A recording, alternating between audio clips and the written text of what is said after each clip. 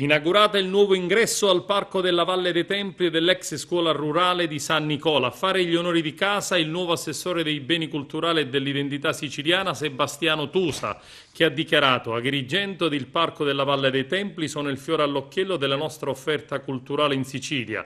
Passi in avanti come quello di stasera sono per tutti noi lo stimolo ad esportare queste buone pratiche al resto dell'isola, ed ancora ha sottolineato la sua eccellente direzione e gestione come esempio e traino per la riforma dei parchi archeologici siciliani.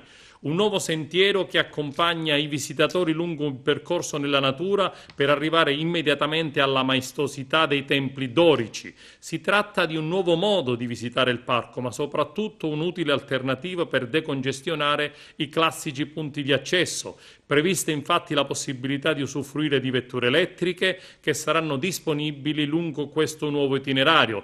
La prima visione del turista scendendo dal Cardo, antico nome di questa via, sarà la recente scoperta del teatro ellenistico, che i visitatori vivranno lungo questo percorso, un cammino fra ulivi, mandorli, essenze mediterranee che li porterà verso i templi.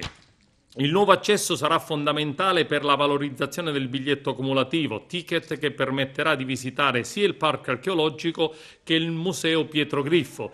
La nuova biglietteria, arricchita da uno spazio polifunzionale, progettato anche per l'accoglienza e l'orientamento, è dedicata al visitatore, alle sue esigenze e al miglioramento della fruizione. Uno spazio all'aperto, immerso in un giardino mediterraneo con servizi di caffetteria e bookshop al museo Pietro Griffo, completa la nuova offerta.